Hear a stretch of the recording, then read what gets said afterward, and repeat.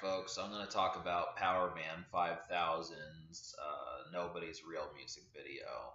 So this is the second single off of Tonight the Stars Revolt. And when I reviewed When Worlds Collide a little bit earlier, it did actually leave a resonant feeling for me just because that was an enjoyable video. So I figured, like Marilyn Manson doing Antichrist Superstar and him knocking that out of the park most of the time, I figured, well, maybe Powerman would be doing that also. But the thing about Nobody's Real, it's a pretty catchy song. It's more elemental and more brooding than When Worlds Collide. So I can see how they wanted to try like a different trade for that. For folks who just want another song, I'd probably recommend like Supernova Goes Pop or something, which I think did have a music video. I'm gonna get to that one, but I think I was just expecting more from Nobody's Real. Most of the video winds up being in just a white room. Spider-1, he is in a sci-fi outfit, but it's either him, a kid, or maybe like one other person who is just in a white room just in the sci-fi gear. So it's not that visually appealing.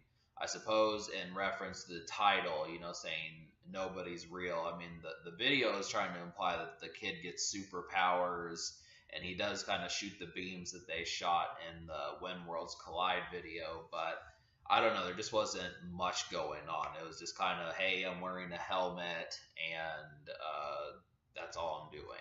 You peer inside the helmet and you see the band, but there just wasn't a lot else going on. The parts where you saw the band was at least interesting, but I felt like they probably should have had something to kind of break up the monotony, which they did not do. So, at least the first video was kind of entertaining. It felt like a mini movie almost, like a 3-minute movie, just watching Spider-1 battle that alien villain, but it just did not, this one didn't do that. It just kind of showed the band.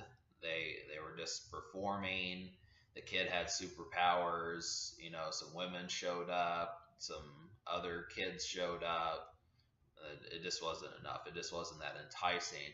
And, if that was actually played on MTV, I could probably see, if the video isn't interesting, I feel like in some respects, it would probably be that the song may not do as well. And I think, so many times it can be said, well, When Worlds Collide was probably Powerman 5000's definitive album or definitive song. But, Nobody's Real was just as good. It just probably didn't have like a hit music video. For folks who would watch music videos in the wee hours of the morning, or, would watch it on VH1 and MTV and all those different things, or even YouTube in recent years, you just put those in a playlist and you go to town, but it just did not have like the same feeling. So I'm probably going to give it just like a 4 out of 10. I liked when you looked inside the helmet and you saw the band, but it really felt like they probably needed more ideas just to be able to keep the script going. So I'm hoping that like Supernova Goes Pop has something. I know that that's the point, just because they're trying to show like this is like a fake thing, but I do feel like maybe, if the kid was going to be, he probably should have had something that he was doing.